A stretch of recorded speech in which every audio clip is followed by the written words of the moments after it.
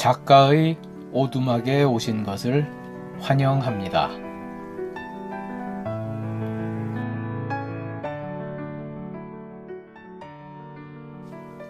제가 쓴 소설을 직접 읽어드리는 오디오북 소설 붕어빵입니다.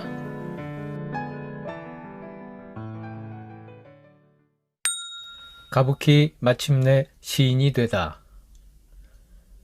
그날 카페에서는 한사코 공개하기를 거부했지만 사실 가부키는 자신이 놀이터에서 쓴 시에 대해서 내심 상당한 자부심을 느끼고 있었다. 난생 처음 제대로 쓴 시다운 시라고 생각했다. 소년의 시 몇 편을 읽은 후 가부키는 시인이 되기로 결심했었다. 시인끼리는 통하는 법이지. 자신도 시를 쓸 수 있다는 것을 보여주면 소년이 자연스럽게 마음을 열게 될 것이라고 확신했다. 그런데 문제는 초등학교 때 수업 시간에 썼던 동시들 말고 시라고는 써본 적이 없었다는 것이었다. 그나저나 어떻게 시를 쓴담? 머리를 싸매고 끙끙대 보아도 별 시상이 떠오르지 않았다. 그때 우연히 붕어빵 아저씨의 시를 손에 넣게 되었고 그 시는 가부키에게 커다란 영감을 주었던 것이다. 그래, 맞아. 시는 그저 자신의 느낌을 솔직담백하게 표현하면 되는 거야. 이 시 좀 봐. 무슨 엄청난 일에 대해서가 아니라 먹고 사는 일상사를 보고 놀랍다고 느꼈잖아. 그 발상이 정말 놀라워. 게다가 똥 싸고 토하는 행위를 창조한다고 묘사하다니. 완전 자유롭고 기발하잖아. 가부키는 붕어빵 아저씨가 소년 못지않은 대단한 시인이라고 생각했다. 그리고 그의 본의 아닌 도움에 힘입어 마침내 소년에게 줄 시를 완성했던 것이다. 사건 나던 날 놀이터에서. 그날 카페에서 시를 공개하지 않으려 했던 이유는 단지 소년이 읽기 전에 다른 사람들이 먼저 읽는 것이 싫었을 뿐이었다. 소년이 읽고 나면 하초코 카페에 가서 아줌마나 다른 사람들에게도 소개할 예정이었다. 이거 읽어볼래? 가부키답지 않게 종이를 내미는 손이 약간 떨렸다. 소녀는 잠시 의아한 눈으로 종이와 가부키를 번갈아 보더니 그 종이를 받아들었다. 그리고는 가부키가 좋아하는 그 우수에 젖은 눈빛으로 거기에 적힌 시를 차분히 읽기 시작했다. 가부키는 침을 꼴깍 삼켰다. 소년에게 붕어빵을 내밀었을 때에는 조금도 긴장되지 않았었는데 지금은 무척이나 떨렸다. 소년이 시 몇 줄을 읽는 그 짧은 시간이 참으로 길게 느껴졌다. 나의 그리움. 그와 함께 있어도 외롭다. 그의 얼굴을 보고 있어도 그립다. 그의 목소리가 들려도 적막하다. 내 작은 가슴 속에 그의 마음을 비출 수 없다면, 그의 생각을 담을 수 없다면, 그의 그리움을 껴안을 수 없다면 우리의 어울림은 고독의 다른 이름일 뿐. 손을 잡고 함께 걸어도 이를 동행이라 부를 수 없어. 도무지 무언지 몰라 답답한 마음. 그네에 매달려 허공에 몸을 던져보아도 밤 공기만큼 싸늘한 가슴 속 공허함 가득하고 이제는 흔들리는 그네 따라 눈물마저 어지러이 흩날리는데. 시를 다 읽은 소년이 천천히 고개를 들어 가부키를 바라보았다. 소년의 얼굴에 고요한 미소가 흐르고 있었다. 그 미소에 빠져 잠시 몽롱해 있던 가부키에게 소년이 낮은 목소리로 물었다. 오늘 학교 끝나고 뭐해? 주문한 감자튀김을 먹는 둥 마는 둥 깨작거리던 소녀는 마주 앉은 가부키의 뚫어질 듯 바라보는 눈빛을 더 이상은 견디기가 어렵다는 듯 피식 웃으며 입을 열었다. 뭘 그렇게 쳐다보냐? 내가 너 쳐다보는 거 처음 보냐? 가부키는 아무렇지도 않게 대꾸했다. 그러더니 배가 테이블에 닿도록 의자를 바짝 당기고 목을 앞으로 쭉 빼서 거리를 최대한 좁힌 후 좀 더 강렬한 눈빛을 소년에게 발사하며 물었다. 내 시 어때? 소년은 미지근하게 웃으며 시선을 딴 데로 돌렸다. 그러면서 잠옷 심드렁한 말투로 대답했다. 뭐 괜찮던데. 가부키는 시직 웃었다. 자식, 애써 담담한 척하기는. 내가 내 녀석 속을 모를까봐. 소년이 대답하기 쉽게 배려해주기로 했다. 마치 시험 문제라도 내듯 가부키가 근엄한 표정으로 소년에게 질문을 던졌다. 문제. 아래 보기 중 그 시의 제목인 나의 그리움이란 무엇인지 바르게 설명한 것은 1. 나는 그네 타기를 좋아한다는 뜻이다. 2. 나는 그와 싸웠다는 뜻이다. 3. 나와 그는 멀리 떨어져 있어서 보고 싶다는 뜻이다. 4. 나는 그와 비록 함께 어울리고 있기는 하지만 그가 무엇을 그리워하고 안타까워하는지 도무지 알 수가 없어서 마치 멀리에서 그리워하는 것과도 같은 상태라는 것을 의미한다. 소녀는 어이없다는 듯한 표정을 짓다가 빙긋 웃으며 짧게 말했다. 잘 모르겠는데. 몰라? 모른다고? 멍청한 놈 같으니. 그렇다면 좀 더 쉬운 문제를 내주마. 위 시에서 표현된 지은이의 심정은 어떤 것인지 설명하시오. 1. 기분 좋다. 2. 별 생각 없다. 3. 억울하다. 4. 답답하고 안타깝고 애가 탄다. 그러나 소녀는 능청스럽게 대답했다. 지은이의 심정은 내가 어떻게 아냐? 지은이나 알지. 그러더니 짐짓 심각한 표정을 지으며 목소리를 최대한 낮게 깔고 말했다. 이봐요 학생, 시라는 것은 말이지 분석의 대상이 아니에요. 그냥 느껴지는 대로 느끼면 되는 것이에요. 아시겠어요? 그러니까 그런 이상한 문제 좀 내지 말라고요. 사람마다 느낌이 다른데 어떻게 시를 읽고 개구리 해부하듯 분해를 해서 이건 심장, 저건 간 이렇게 똑같은 답을 내놓으라고 강요하냐고요. 네? 가부키는 소리를 꽥 질렀다. 야! 그딴 얘기는 학교 선생님이나 시험 문제 만든 사람들한테 해야지 왜 나한테 하고 지랄이야? 그래도 기분은 좋았다. 소년이 이렇게 길게 게다가 재미있는 농담조로 얘기하는 모습을 처음 보았기 때문이다. 이제 정말 가까워진 것 같았다. 오냐, 그렇다면 진짜 문제를 내주마. 가부키는 엉덩이를 의자에서 들고 얼굴을 소년에게 더 바짝 들이대며 물었다. 그렇다면 이 시를 읽은 소감을 간략하게 말해보시오. 이건 주관식. 이제 됐냐? 그제야 소녀는 문제 자체는 수긍한다는 듯한 표정을 지었다. 그러나 한동안 대답 없이 고개를 약간 숙인 채 가만히 앉아 있었다. 그러더니 들릴 듯 말 듯한 작은 목소리로 말했다. 고마워. 이 말을 하는 소년의 눈망울에서 아주 잠깐 살짝 물결인 슬픈 빛이 도는 것을 가부키는 놓치지 않았다. 가부키 역시 이유를 알 수 없는 슬픔이 느껴졌다. 하지만 애써 내색하지 않고 특유의 씩씩한 목소리로 물었다. 나한테 좀 미안하기도 하지. 소녀는 말없이 살짝 고개를 끄덕였다. 그렇다면 이제 말을 해보시지. 가부키가 다그치듯 물었다. 뭘? 그리움에 대해서지 뭐긴 뭐야. 뭐가 그리도 그리운 거냐? 나도 좀 알면 안 되냐? 그러나 소녀는 다시 입을 닫았다. 너 혹시 짝사랑한 여자 있냐? 시의 느낌상 그리고 그간 소년의 행동을 치밀하게 관찰한 바에 의하면 그런 리는 없을 것이라고 짐작되지만 그래도 혹시나 해서 이왕 말이 나온 김에 확인해 보기로 했다. 약간 긴장이 되었다. 아니야, 그런 거. 소년의 대답은 짧지만 단호했다. 가부키는 속으로 휴 작게 안도의 한숨을 내쉬었다. 그럼 말을 하라니까 말을. 그래야 내가 내 놈의 속을 알지. 그리고 또 무슨 기억이 그렇게 자꾸 희미해지는데? 어린 녀석이. 벌써 치매냐? 다그치는 가부키는 아랑곳하지 않고 소녀는 다시 그 특유의 눈빛을 유지한 채 창밖만 물끄러미 바라보았다. 이 자식이 진짜. 가부키는 조금 약이 오르기는 했지만 그래도 애써 마음을 추스르며 스스로를 위로했다. 이 정도면 제법 큰 진전이지 뭐. 기다리자. 난 기다릴 수 있어. 오냐. 내 놈에게 시간을 좀 더 주련다.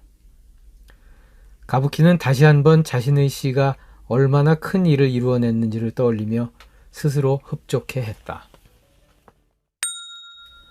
그는 오지랖의 정치 철학을 들었다. 생각하면 생각할수록 이런 선거를 앞으로도 계속 해야 하는지 의문이 생기더라니까요. 두 번째 붕어빵을 집어들며 오지랖은 진지한 표정으로 말했다. 그날 이후로 이런 식의 선거가 민주주의와 무슨 상관인지, 민주주의의 이상을 제대로 반영하는 제도인지 회의가 깊어졌어요. 오지랖의 격정적인 토론은 계속되었지만 그는 그저 늘 그대로의 무뚝뚝한 표정으로 차도 쪽만 바라보고 있었다. 선거와 민주주의에 상관없이 무단횡단은 계속되고 있으니까. 물론 아저씨의 조언이 저를 일깨워 주신 덕에 정신을 차리는 계기가 되었으니까 결과적으로는 잘 된 것이지만요. 그가 오지랖을 힐끗 쳐다봤다. 내가? 조언을? 무슨? 이런 말이라도 하려는 듯 의아한 표정을 짓는 그에게는 아랑곳하지 않고 오지랖은 설명을 계속했다. 실제로 사람들이 어떻게 이해하고 있는지도 모르면서 어떻게 작동하고 있는지 확인도 하지 않고 막연히 좋은 제도라는 관념만 가지고 제멋대로 떠든 거죠, 제가. 그는 우물거리던 붕어빵을 꿀꺽 삼켰다. 앞으로는 투표에 참여하는 것이야말로 민주주의를 지키는 것이다. 뭐 이런 식의 캠페인에는 참여하지 않을 생각이에요. 누구인지 제대로 알지도 못하고 덮어놓고 찍으니까 찍어놓고 나서도 까먹지. 뭘 하는지 관심도 없고. 게다가 솔직히 선거 때 보면 후보 중에 딱히 마음에 드는 후보가 없는 경우도 많잖아요. 그래도 어쩔 수 없이 그 중에서 한 명을 골라야 되는 게 좀 불합리하지 않나요? 오지랖의 갑작스러운 질문에 그는 순간 멈칫했다. 그런 걸 왜 나한테 묻는 거야? 곤란한 표정을 짓던 그의 눈에 어떤 손님이 놓고 간 신문 속의 문구가 들어왔다. 월드컵 본선의 조 추첨 결과 우리나라는. 그가 혼잣말하듯 중얼거렸다. 고르는 게 전 그렇게 문제가 많으면 그냥 추첨을 하든가. 바로 그때였다. 그 말을 듣던 오지랖의 눈이 반짝였다. 아, 정말 그럴 수도 있겠네요. 오지랖이 갑자기 큰 탄성을 내뱉었다. 그는 이 씩씩하고 매사에 의욕이 넘치며 오지랖마저 넓은 젊은 친구가 또 자신이 무심코 한 말을 아주 진지하게 받아들이는 모습에 당황하지 않을 수 없었다. 무슨 일을 벌일지 모르니 일단 수습을 좀 해야 할 것 같았다. 나는 뭐 그냥 해본 소리. 그러나 오지랖은 그의 말을 가로막으며 아르키메데스가 유레카라고 외치듯이 맞아! 그거야! 하고 크게 외쳤다. 그러더니 열변을 토하기 시작했다. 원래 고대 그리스의 민주주의가 바로 그런 식이었어요. 아테네 같은 도시국가에서 대표자를 추첨으로 뽑았거든요. 왜 그걸 잊고 있었지? 오지랖은 스스로의 유레카에 감격하는 듯 했다. 이제야 그동안 내가 고민하던 문제의 원인을 찾았어요. 오지랖이 뭔가 원대한 생각을 하고 있음이 틀림없었다. 그는 아주 조금 불안하기도 했지만 한편으로는 궁금해지기 시작했다. 도대체 무슨 소리를 하는 거지? 바로 그때 마치 그의 마음을 들여다보고 있었다는 듯 오지랖은 시원하게 궁금증을 풀어주기 시작했다. 아저씨, 선거 때마다 사람들이 죽기 살기로 서로 싸우죠. 겉으로는 웃으면서 악수하지만 틈만 나면 서로 비방하고 핥히고 물어뜯고 별짓을 다 하잖아요. 되게 그렇지. 그렇지 않고 진짜 신사적으로 경쟁하는 거 보신 적 있으세요? 그런 건 본 기억이 나질 않는데. 게다가 당의 후보자가 되려고 같은 당 안에서도 자기들끼리 물어뜯고 싸우죠? 아마 그런 거 같아. 비방, 흑색선전 뭐 이런 흉측한 일들이 아무렇지도 않게 난무하죠? 자주. 선거 나오려면 돈이 필요하니까 여기저기서 끌어모으는데 불법적인 경우도 아주 많은 거 아시죠? 뭐 그렇다고들 하더구만. 선거운동 하면서 써서는 안 되는 일에 몰래 돈을 쓰는 경우도 적지 않다는 얘기 들어보셨죠? 글쎄, 그렇겠지. 선거에 이기려면 도움이 필요하니까 여기저기서 사람을 끌어오잖아요. 선거 끝나면 그 사람들에게 신세를 갚아야 하지 않겠어요? 그래서 권력을 이용해서 능력도 없는 사람들을 맞지 않는 자리에 막 쑤셔넣어요. 낙하산 인사라고. 그거야 뭐 늘 제가 지금 나열한 일들이 좋은 일들인가요? 나쁜 일들인가요? 그게 어디 좋은 일이겠나. 초등학생도 다 아는 얘기잖아요. 그런데 매번 선거 때마다 이런 일이 일어나지 않은 적이 있었나요? 아저씨는 저보다 오래 사셨으니까 선거 경험도 좀 많으시잖아요. 거의 매번 일어났던 것 같기는 하네. 그래요. 도무지 고쳐지지도 나아지지도 않아요. 왜 그럴까요? 음, 제도 자체가 문제라니까요. 음? 선거를 통해서 뽑히면 어떻게 되죠? 그러면 뭐 어떤 자리에 앉겠지. 그 자리가 힘 있는 자리일까요? 아닐까요? 힘이 있겠지? 힘 있는 자리니까 서로 차지하려고 저 난리겠죠? 음, 물론 힘은 필요하죠. 세상의 복잡한 이해관계를 조정하려면 때로는 힘이 필요하니까. 문제는 그 힘을 차지하려고 욕심을 부리니까 선거를 둘러싸고 온갖 일들이 발생하는 거예요. 선거에 뛰어드는 사람들은 오랫동안 그 자리와 권력을 노리고 준비했겠죠? 그렇겠지. 시간, 노력, 돈 다 쏟아부었을 거 아니에요. 아마도 처음에는 순수한 동기에서 정치에 뛰어들었을지도 모르죠. 하지만 그 바닥에서 가진 거 엄청 쏟아붓고 시간을 보냈으니 어쩌면 욕심이나 집착이 생기는 건 당연할 수도 있지 않겠어요? 사람인데. 그럴 수도 있겠네. 당선되면 그동안 들인 노력 보상받으랴, 빚진 거 갚으랴, 할 일이 많지 않겠어요? 그래도 당선되면 그나마 다행인데, 선거 몇 번 떨어지고 집안 거덜났다는 얘기도 들어보셨죠? 그러니까 제 결론은, 지금처럼 힘 있는 자리를 놓고 서로 하겠다고 덤벼드는 사람들 중에서 하나를 고르는 식의 선거제도 하에서는 반드시, 항상 많은 문제가 일어날 수밖에 없다는 거죠. 그 자리를 차지하려고 악착같이 덤벼든 사람들이 무슨 짓인들 못하겠어요. 첫째, 수단과 방법을 가리지 않고 미친 듯이 물고 헐뜯고 싸우는 선거운동은 피할 수가 없어요. 어쩌면 너무나 당연해요. 둘째, 둘째, 지금 자리에 앉아있는 사람이 일을 잘하면 그 자리를 노리는 사람은 기회를 갖기가 어렵겠죠? 그러니까 무조건 상대방이 일을 못한다고 나쁜 사람이라고 우기는 수밖에 없어요. 일을 잘하든 못하든 덮어놓고 못하기만을 바라는 거죠. 잘하려고 해도 회방을 놓지 않겠어요? 무조건 방해, 반대를 위한 반대가 하루 일과예요. 상대방의 임기 내내 헐뜯는 것 이외에 달리 하는 일이 없을 수밖에 없는 거예요. 실제로 잘 보세요. 그렇지 않아요? 여야가 서로 협력해서 국정을 이끌어가는 장면을 보신 적이 있어요? 사실 한 번도 없는 것 같다고 그는 생각했다. 그런데 집권한 사람이 일을 제대로 잘하지 못하면 그 자리를 노리는 사람 입장에서는 좋겠죠? 국민들이 그들을 미워하게 될 거고 결국 다음번에는 자기네 편을 찍을 테니까. 그런 식으로 정권은 바뀌지만 또 같은 일은 반복되고 결국 피해보는 건 누구죠? 그거야 결국은 국민들이 피해를 보겠지. 바로 그거예요. 서로 반대만 하는 사람들이 상대방을 비난하면서 자기들끼리 권력을 주거니 받거니 하는 동안 결국 피해는 국민들이 보고 나라 꼴은 어려워만 가는 거예요.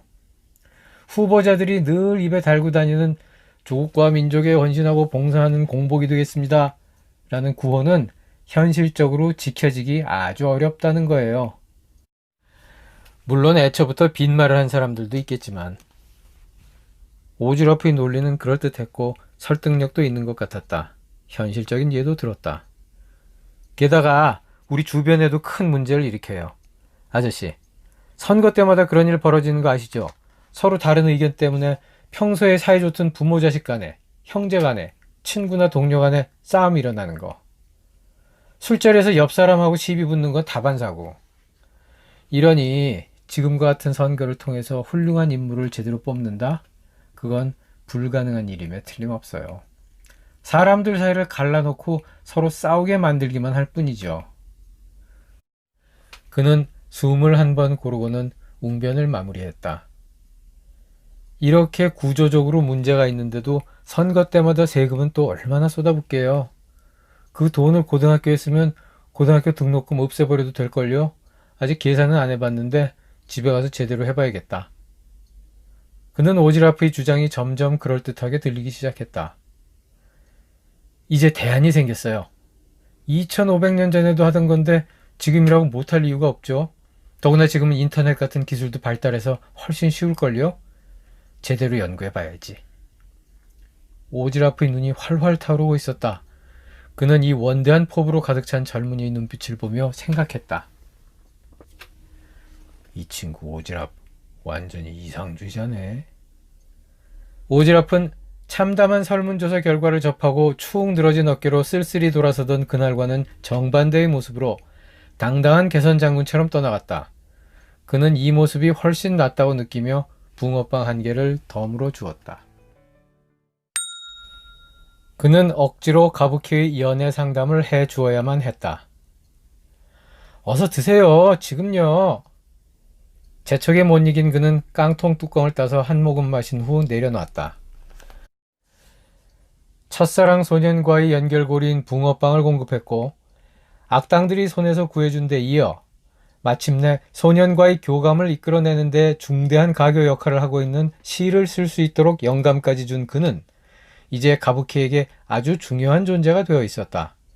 심지어 오늘 감사의 뜻이라며 가져온 오렌지 주스까지 얻어 마시고 말았으니 마침내 가부키의 연애 상담에 응하지 않을 수 없는 처지에 이르고야 말았다. 자기 시를 읽게 내버려 두고는 내 시도 다 읽고 고맙다고 해놓고는 왜 입을 꾹 닫느냐고요. 가부키가 속상하다는 표정을 지었다. 도대체 왜 그러는 걸까요? 왜 말을 안 해주죠? 말을 해야 뭐가 그리운지 뭐가 희미한지 알 텐데. 그는 가부키가 코앞에 들이댄 공책 속의 시를 읽었다. 잘 모르겠다는 표정을 짓자 가부키는 반복해서 읽을 것을 강요했고 그는 어쩔 수 없이 반복해서 읽고 또 읽었다. 기억 그리고 그리움에 관한 시는 맞는 것 같은데 내가 어떻게 그 아이의 생각을 알 수 있겠니? 대단한 시인임을 믿어 의심치 않는 붕어빵 아저씨조차 분석에 실패하자 가부키는 일단 이 주제는 접어두고 다음 주제로 넘어갔다. 그것도 그렇고 얘가 저를 좋아하는지 아닌지 알 수가 없어요. 말을 안 하니까 도대체 저한테 호감이 있는지 없는지 도무지 애매하다니까요. 그는 이 난감한 상황을 어떻게 빠져나가야 할지 고민하느라 습관처럼 몸에 밴 무단횡단 감시마저 잠시 잊어버렸다. 나한테 붕어빵을 그렇게 많이 얻어먹고 고백하는 시까지 읽었으면 뭔가 좀 표현해야 되는 거 아닌가요? 가부키는 마치 소년에게 하듯 그에게 따지기까지 했다. 아저씨는 짐작 가는 게 없으세요? 남자니까 남자의 마음을 아실 거 아니에요. 게다가 같은 시인으로서 뭔가 느껴지는 거라도? 또 이 아저씨는 시인이 아니란다. 그는 약간의 절망감을 느끼며 이제 변명하기도 지친 양 작게 휴 한숨만 내쉬었다. 그러나 늘 그랬듯이 가부키는 그의 반응은 아랑곳하지 않고 자기 할 말만 계속했다. 하긴 그러고 보니 아저씨도 정말 말을 안 하시지. 내가 그걸 잊었네. 남자 시인들은 다 말을 잘 안 하나? 하고 싶은 말을 시로 표현하나? 원래 그런 거예요? 그럼 얘가 나를 위한 시를 쓸 때까지 기다려야 되나? 끊이지 않는 시인 타령에 이제 자신이 시인임을 부정할 의지마저 사라진 그는 마침내 자포자기 상태가 되었다. 입을 열어서 무슨 말이라도 하지 않을 수 없다고 생각했다. 걔가 원래 말수가 적은 성격이겠지 뭐. 별 생각 없이 내뱉은 이 말에도 가부키의 반응은 강렬했다. 와, 아저씨 대단하다. 어떻게 하셨어요? 진짜 시인끼리는 통하는 게 있나 봐. 그 자식 원래 말을 거의 안 하거든요. 그는 마침내 대단한 인물이 되기에 이르렀다. 그럼 말수가 적은 사람들은 의사표시를 어떻게 해요? 호감 같은 걸 표시하는 방법이 있나요? 표시 안 하면 상대방이 모르니까. 아저씨는 어떻게 하는데요? 바로 그때 잠시 외출했던 카페 주인이 돌아왔다. 가부키를 발견한 그녀가 반갑게 웃으며 가볍게 손을 흔들어 인사를 하고는 그들 쪽으로 다가왔다. 가부키는 그녀를 향해 호들갑을 떨며 깡충깡충 뛰다가 거의 무표정하게 그녀를 향해 살짝 목례를 하는 그를 흘낏 돌아보았다. 카페 주인 손을 잡고 흔들어대던 가부키가 갑자기 뭔가 생각난 듯한 표정을 짓더니 불쑥 한마디를 내뱉었다. 아, 알았다. 말 수 없는 남자들은 다른 식으로 표현하는구나. 저번에 아저씨가 아줌마 가게에 있던 무거운 기계 대신 날라준 것처럼. 그쵸? 그런 식으로 호감을 간접적으로 표현하는 거죠? 순간 그와 카페 주인은 얼어붙은 듯 꼼짝도 안 했다. 그러나 그런 분위기쯤은 아랑곳하지 않고 가부키는 계속 조잘됐다. 그러고 보니 말수 적은 여자도 그런 식으로 하겠네요.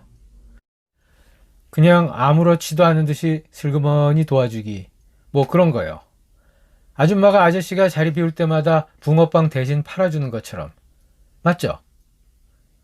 눈치가 빠른 건지 없는 건지 양쪽을 오가는 건지 매우 불분명한 상태의 이 가부키 소녀는 말 몇 마디로 두 어른을 가볍게 냉동인간으로 만들어 놓고는 오늘은 일찍 집에 가야 한다며 휙 사라졌다. 두 냉동인간의 표정이 약간 묘해진 것은 거들떠보지도 않고. 그가 겪은 일들.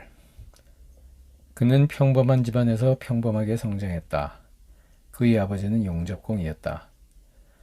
기술 좋고 성실하며 부지런했던 그의 아버지는 오랜 노력 끝에 조그마한 사업체를 하나 가질 수 있게 되었다.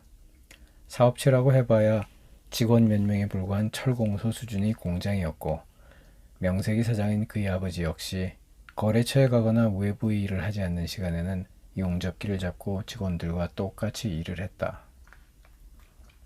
그는 어릴 적부터 시간이 날 때면 아버지의 철공소에 놀러갔다.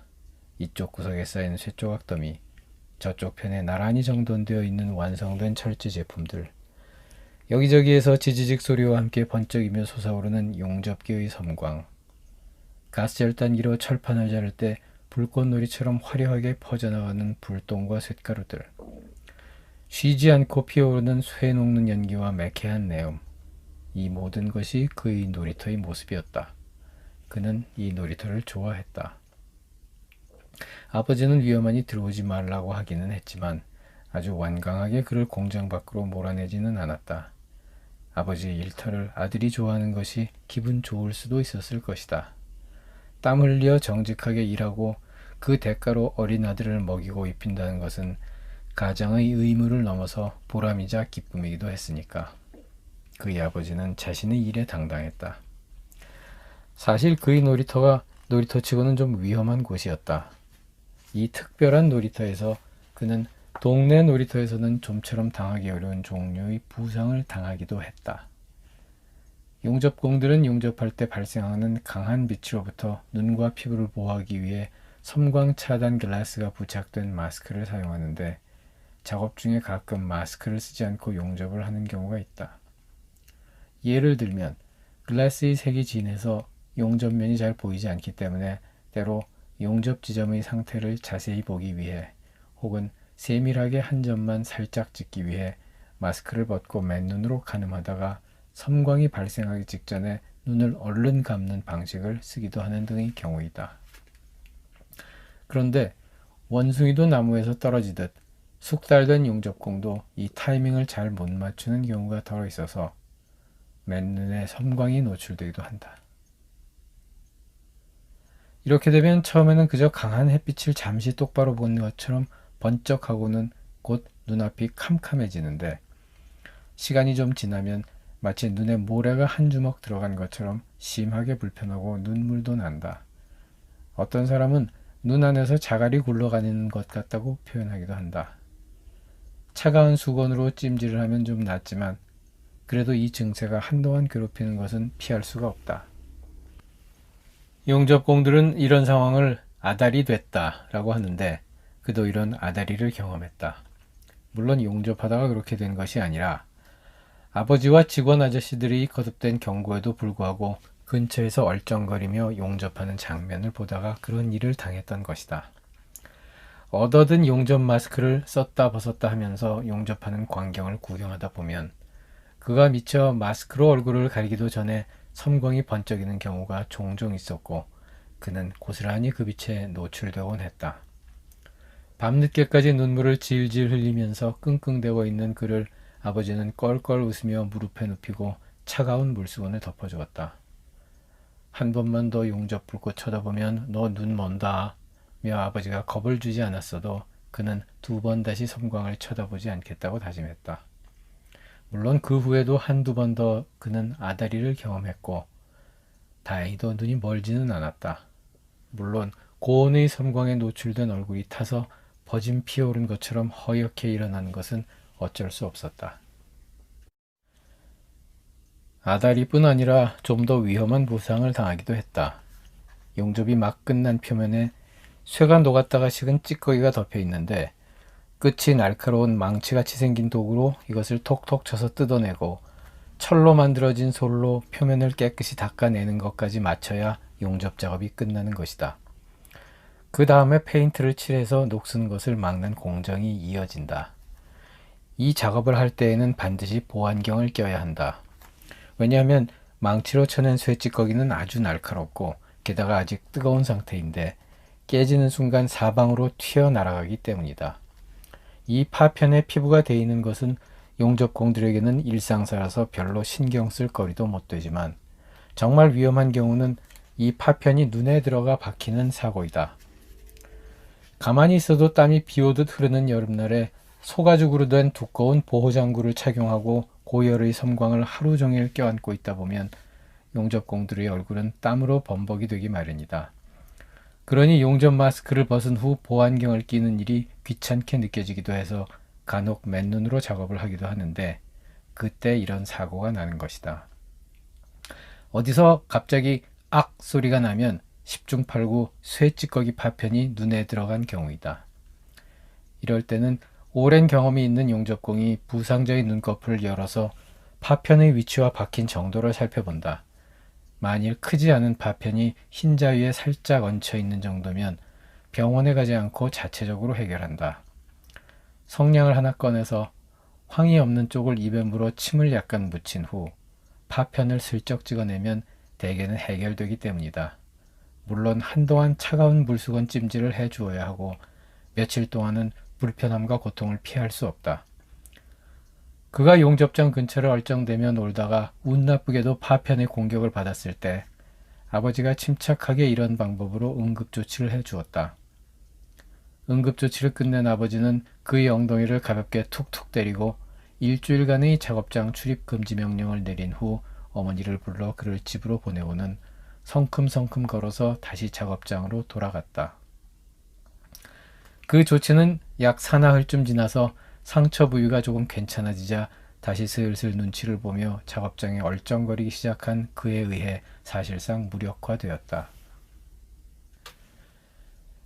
아버지는 계속 열심히 일했고 그는 성실한 아버지의 헌신적인 뒷바라지에 힘입어 건강하게 잘 성장했다. 그리고 마침내 대학에 들어갔다. 아버지는 무척 기뻐했고 그를 위해 더 열심히 일했다. 그 무렵 아버지의 공장에서는 주로 철제 계단이나 발판 같은 것을 만들었다. 체크 플레이트라고 부르는 잘 미끄러지지 않게 표면에 볼록한 무늬가 있는 철판에 파이프 혹은 니은자, 디귿자 모양의 긴 빔을 설계에 따라 이어붙여서 제품을 만든 후 납품하는 것이었다. 주로 건설회사로부터 하청을 받았는데 직접 하청을 받은 것이 아니라 건설회사가 큰 규모의 관련 회사에 하청을 주고 그 회사가 다시 작은 회사에게 재하청을 주는 그런 사슬의 맨 끝단에 있었다. 그래도 경기가 좋을 때에는 열심히 일한 만큼의 보람이 있어서 그는 아버지가 주시는 용돈으로 큰 부족함 없이 대학 생활을 즐겼고 여학생도 쫓아다닐 수 있었다. 적어도 그때까지는. 외환 위기라는 것이 닥쳤다. 나라의 달러 재고가 급속히 줄어들면서 생긴 불안정한 금융 상황의 여파가 사회 전체를 강타했고 당연히 금융기관들 또한 크게 흔들렸다. 마침내 은행들은 기업 대출을 조이기 시작했고 빚이 많은 기업들부터 하나씩 무너지기 시작했다. 하지만 아직 대학 1학년에 불과한 그는 외환 위기를 직접 실감하지는 못했다. 영향이 없어서가 아니었다. 그의 아버지는 이 어려운 상황이 그의 대학 생활에까지 영향을 미치지 않도록 최선을 다해서 온몸으로 막고 있었을 뿐이었다. 당시 그는 어음이 무엇인지, 흑자도선이 무엇인지 전혀 알지 못했다. 세월이 흐른 후 그의 모든 환경이 다 변하고 나서야 아버지와 아버지의 공장이, 그리고 자신의 가정이 어떤 상황에 처했었고 어떻게 무너졌는지를 이해하게 되었다. 아버지는 제품을 납품한 대가로 어음을 받았다. 대개 3개월에서 6개월이 지난 후에야 현금으로 바꿀 수 있는 것이었다. 당장 현금이 급한 때에는 사채 시장에 가서 엄청난 이자를 주고 현금으로 바꿔오기도 했다. 어음은 원청 회사에서 첫 번째 하청으로, 거기서 그 다음 하청으로 흐르고 흘러 마침내 아버지에게까지 왔다. 현금을 받지 못한 아버지는 자재 도매상에게 현금 대신 그 어음을 줄 수밖에 없었다. 업계의 다른 회사들도 다 그렇게 했다. 관행이었다. 경제 전체가 흔들리기 전까지는 그런 구조가 그런대로 유지되었고, 여하튼 회사는 굴러갔다. 아버지의 공장 역시 장부상으로는 수입에서 모든 비용을 제외하고도 이익이 났다. 그러나 항상 받아야 할 돈이 남아 있었고 주어야 할 돈이 밀려 있었다. 당시에는 모두들 그런 상태를 당연하게 받아들였다. 다 그런 식으로 살았으니까. 원청인 건설회사에서 부도를 냈다. 자신이 발행한 어음을 결제해주지 못하겠다는 의미였다. 그 여파는 관련된 모든 회사에게 일거에 밀려왔다. 아버지가 받은 어음은 휴지 조각이 되었고, 자재 도매상에게 건네준 어음 금액만큼의 빚이 생겼다. 아버지의 회사는 흑자였지만 부도를 낼 수밖에 없는 상황에 몰렸다. 아버지는 집이라도 팔아서 결제를 해주려고 했지만 경제 위기 상황에서 집값은 곤두박질 쳤고 수많은 매물이 쏟아져 나와 있어서 그나마 팔리지도 않았다. 아버지의 표정이 전과 달리 어둡고 집안 분위기는 무거웠지만 아버지는 늘 그에게 이 애비는 괜찮아 이 녀석아 하며 그의 엉덩이를 툭 때리고는 껄껄 웃으며 등을 돌려 방으로 들어갔다. 그는 정말 괜찮은 줄 알았다. 아버지가 급작스러운 심장마비로 병원에 실려갔다는 소식을 들었을 때까지는. 그가 병원으로 달려갔을 때 아버지는 이미 이 세상을 떠난 후였다. 뭐가 뭔지도 모를 상태에서 장례를 치렀다. 그 후 한동안은 꿈인지 생시인지 분간이 가지 않아 방구석에 멍하니 앉아있기만 했다. 시간이 흐르고 정신이 좀 들 무렵 그제야 아버지가 돌아가시던 상황을 되짚어 보았다. 아버지가 공장 사무실에서 갑자기 심장을 움켜쥐고 극심한 고통 속에서 바닥을 구르고 있었던 바로 그때 그는 마음에 두고 있던 여학생에게 환심을 사보려고 커피와 케이크를 사주며 그저 그런 농담이나 늘어놓고 있는 중이었다. 여학생과 시시석거리는 자신의 모습과 아버지의 고통스러워하는 모습이 겹쳐지며 머릿속에 그려지는 순간 그의 가슴 속 저 밑바닥에서부터 견딜 수 없는 자책감과 부끄러움이 솟구쳐 올랐다. 동시에 비통하고 처절한 감정이 뜨겁게 몰려왔다. 그는 통곡했다. 괴로움에 못 이겨 방바닥에 머리를 찧었다. 놀라서 뛰어들어온 어머니가 그를 뜯어 말렸지만 막을 수가 없었다. 어머니도 뒤엉켜 함께 울부짖다가 두 사람 모두 지쳐서 기절하듯 낮아빠질 때까지 그는 이마가 깨져 피투성이가 되면서도 몸부림을 멈추지 않았다. 그날 이후 그는 우연이라도 어떤 여성에게 관심이 생기는 순간이면 곧바로 아버지의 고통스러워하는 모습이 저절로 떠올랐다. 그는 더 이상 어떤 여성도 마음에 둘 수가 없게 되었다. 그에게 있어서 이성에게 관심을 갖는다는 것은 곧 고통 속에 몸부림치던 아버지의 모습을 일깨우는 것이었다.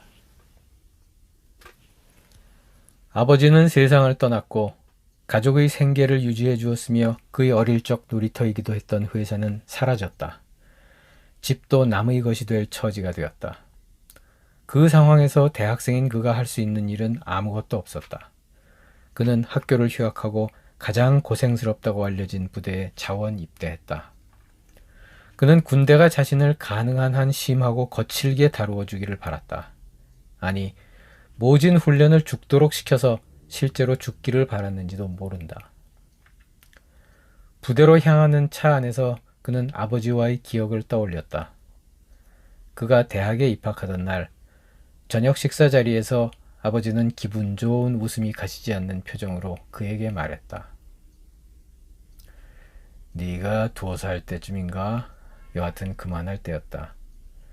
이제 밥상머리에 앉아서 혼자 밥을 먹을 만큼 컸을 때니까. 하루 종일 일을 하느라 배는 너무나 고팠지만 네가 고사리 같은 손에 숟갈을 꼭 쥐고 밥을 퍼서 그 작은 입에 넣고는 앙증맞은 입술을 꼭 다물고 오물오물 씹는 모습이 어찌나 귀엽든지.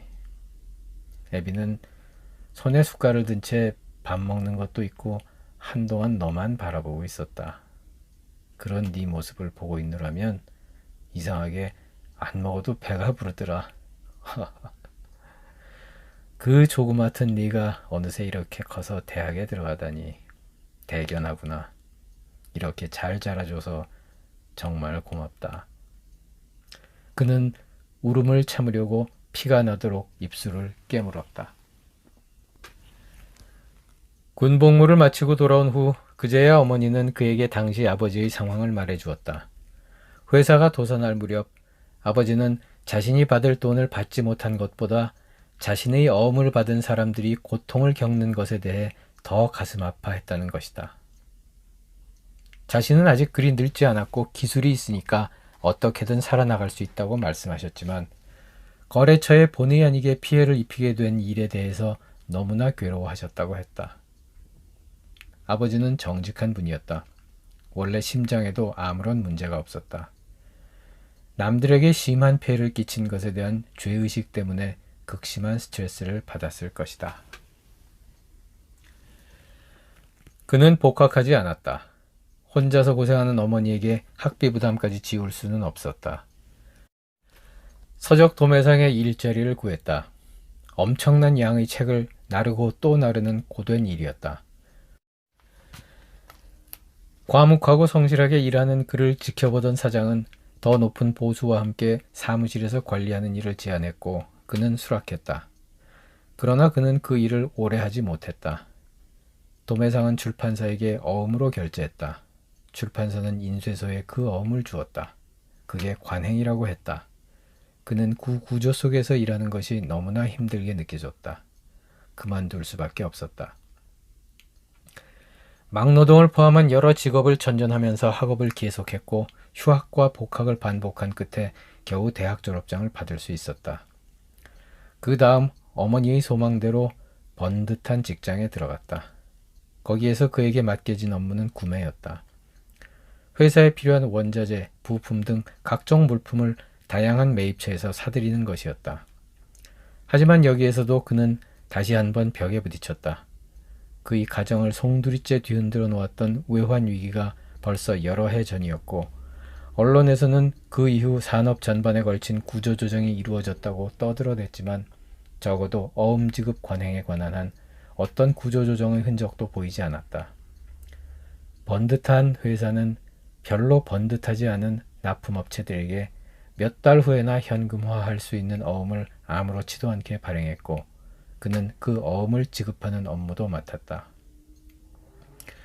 어음을 받아들고 돌아서는 나이 지긋한 거래처 사장님들의 뒷모습에서 부도를 맞고도 이 애비는 괜찮다며 껄껄 웃으며 방으로 들어가던 아버지의 뒷모습이 보였다. 그는 그 번듯한 직장을 더 이상 다니기 어려웠다. 어머니는 작게 한숨을 내쉬었지만 그의 마음을 이해한 듯 아무런 말도 하지 않았다. 그는 다시 이 일 저 일을 전전하기 시작했다. 하지만 어떤 일이든 성실하고 부지런하게 했고 거친 일을 마다하지 않던 어머니와 힘을 합쳐 노력한 끝에 서민들이 밀집한 동네에 그들이 작은 연립주택을 하나 마련하게 되었다. 과거의 상처는 거의 덮어진 듯 했다. 카페 주인이 겪은 일들. 고등학교를 졸업한 그 해부터 그녀는 독립해야만 했다. 그 나이가 되면 보육원에서 나와 홀로 서야 하는 것이 관례였다. 다행히도 보육원장님의 추천을 받아 졸업하자마자 제법 알려진 규모 있는 회사에 일자리를 구할 수 있었다. 더구나 그 회사의 대표는 오랫동안 보육원을 후원해 왔다고 들었기에 그녀는 더 기뻤다. 이제 어엿한 직장인이 되어서 독립도 하고 게다가 자신이 잘한 보육원을 후원해 주신 분의 회사에서 일을 하게 되어 은혜를 갚을 기회도 생겼으니 일석이조였다. 그녀는 벌써 다 큰 어른이 된 기분이었다. 지방 외진 곳의 보육원에서 나와 대도시의 큰 물에 뛰어든 그녀는 모든 것이 새롭고 신기했다.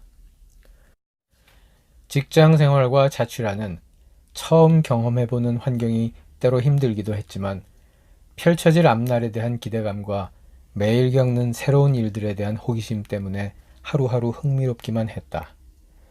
더구나 입사한 지 얼마 되지 않았을 때 보육원의 후원자인 대표가 그녀를 따로 불러 따뜻하게 격려까지 해주면서 힘든 일이 있으면 언제든 말하라고 했다. 그리고 그녀가 더 이상 보육원생은 아니지만 자신과 한 회사의 식구가 되었으니 이제부터 개인적으로 후원자가 되어주겠다고 했다. 그녀는 든든했다. 부모 없이 자란 어린 날의 아픈 기억을 딛고 일어서서 이 새로운 세상에서 앞으로 뭐든지 할 수 있을 것 같다는 희망에 부풀었다. 후원은 후원으로 끝났어야 했다. 그러나 유감스럽게도 그렇지 못했다. 그녀는 평생 두고두고 선을 긋지 못한 것에 대해서 후회했다. 그리고 자신을 원망했다. 다른 사람을 원망하고 싶은 생각은 없었다. 오로지 자신이 스스로를 다스리지 못했고 넘지 말아야 할 선을 넘었다고 자책하고 또 자책했다. 뜻하지 않은 임신 사실을 알았을 때 그녀는 이 사실을 아무에게도 알리지 않았다. 그리고 회사에 사표를 제출했다. 이유를 몰라 의아해하던 대표에게 그녀는 몇 년 대도시에서 지내보니 여기 생활이 잘 안 맞기도 하고 보육원 식구들이 자꾸만 그리워져서 그 인근 어딘가로 가서 지내고 싶다고 둘러댔다. 그녀는 혼자서 아이를 낳았다. 그리고 혼자서 길렀다. 아이를 얻은 것은 기뻤다. 그러나 힘겹고 괴롭고 외로웠다. 아무것도 캐묻지 않고 남들 몰래 조용히 그녀를 돕던 보육원 원장님이었지만 아이가 자랄수록 점점 힘들어져만 가는 그녀의 생활을 더 지켜볼 수만은 없던 원장님은 그녀를 설득하기 시작했고 마침내 그녀는 입을 열었다.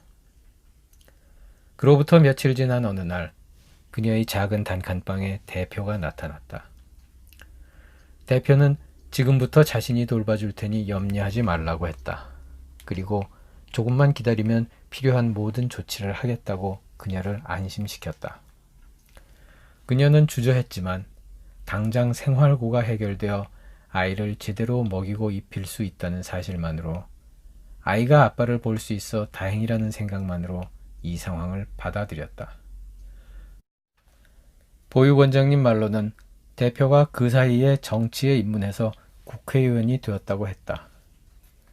얼마 후 그녀는 아이를 데리고 다시 도시로 이사했고 대표는 넉넉한 생활비를 주었으며 종종 그녀를 찾아왔다. 아이는 어느덧 5살이 되었다. 화창한 봄날이었다. 그녀는 아이와 함께 꽃 구경을 하고 사진도 찍었다. 돌아오는 길에 뚜껑을 열면 안에 사진을 넣을 수 있는 하트 모양의 예쁜 목걸이를 샀다. 사진을 목걸이에 꼭 맞게 오려서 넣었다.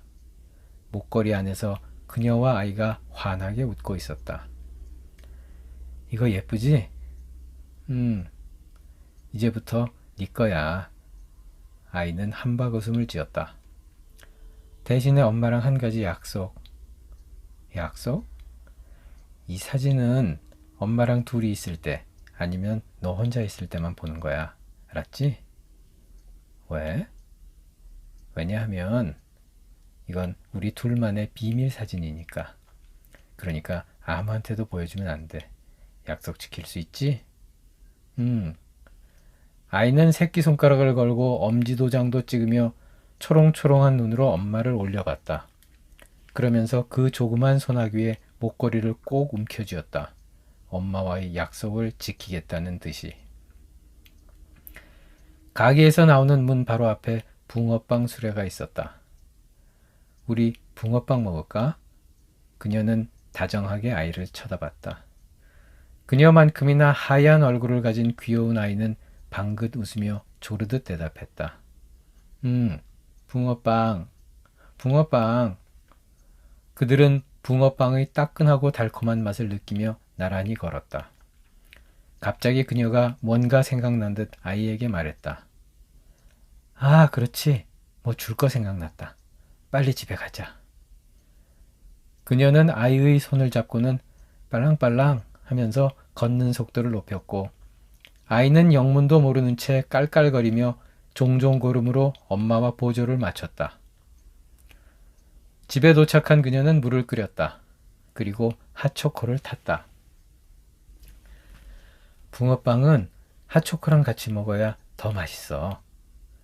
그녀는 뜨거운 핫초코를 후후 불어 조금씩 식힌 후 아이에게 주었다.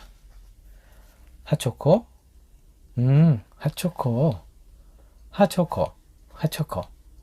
아이는 재미있는 듯 이 말을 반복하며 붕어빵 한 입, 핫초코 한 모금을 번갈아가며 먹었다. 둘은 마주보고 웃었다.